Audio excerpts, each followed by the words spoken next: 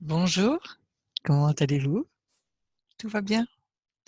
Nous sommes au 9e épisode de Mes piliers de sagesse et de lumière. Alors aujourd'hui, je vous invite à faire un petit point de frein. Plutôt que de chaque fois regarder devant, on va apprendre à regarder dans le rétroviseur. Donc c'est look back, regarder en arrière. C'est quoi? Bien, un pilier de sagesse, c'est se dire, si on est toujours en train de vouloir appuyer sur la pédale de l'accélération, on n'est jamais constant avec soi, on fait pas le point, on est tout le temps, en train d'avancer, avancer, avancer et on ne prend pas ce temps de recul dont nous avons besoin. En revanche, si on regarde dans le rétroviseur et on se dit: «Tiens, qu'est-ce que j'ai déjà fait dans ma vie? Quels sont mes points d'apprentissage? Quelles sont mes réalisations? Donc les choses dont je suis fière». Et je vous invite aujourd'hui à regarder simplement les choses dont vous êtes fiers. Ça peut être, votre première pizza, votre premier voyage, votre premier écrit, votre premier enfant, votre vie, tout simplement, votre couple, ce que vous avez réalisé. Et puis je vous invite aussi à regarder ce qui n'a pas fonctionné. Alors, ce qui n'a pas fonctionné, le mot échec pour moi n'existe pas. Le mot même expérience négative n'existe pas. Pour moi, ce sont tous des apprentissages. Regardez comme nous allons apprendre de cette crise du Covid. Alors, je vous signale que quand il y a un Covid-19, c'est qu'il y en a eu 18 avant et qu'il y en aura sans doute 18 après, et peut-être beaucoup plus. Donc préparons-nous. En quoi nous allons apprendre de cette crise? Qu'est-ce qui va faire en sorte que nous allons grandir tous ensemble? Donc, c'est si vous regardez votre vie, si je regarde ma vie, j'ai dit: «Chaque fois que j'ai eu une crise, chaque fois que j'ai eu une difficulté, en quoi j'ai pu grandir? Qu'est-ce que ça m'a appris? Quelles sont les leçons que j'ai retirées?»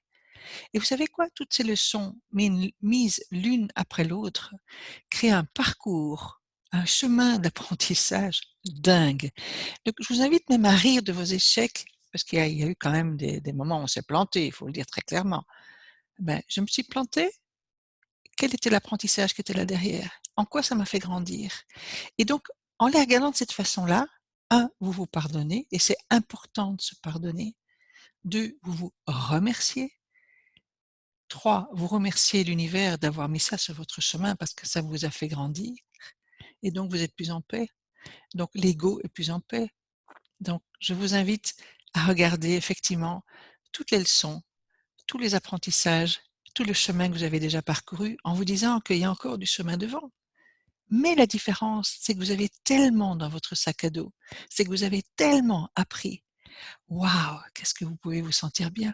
Moi, je me sens bien aujourd'hui, avec tous mes défauts, avec tous mes bobos, avec toutes mes imperfections. Mais c'est pas grave, ça me constitue. Nous sommes tous constitués de nos bobos, de nos imperfections, de nos défauts. Ils nous rendent beaux. Imaginez que nous soyons dans une espèce de acier trempé parfait.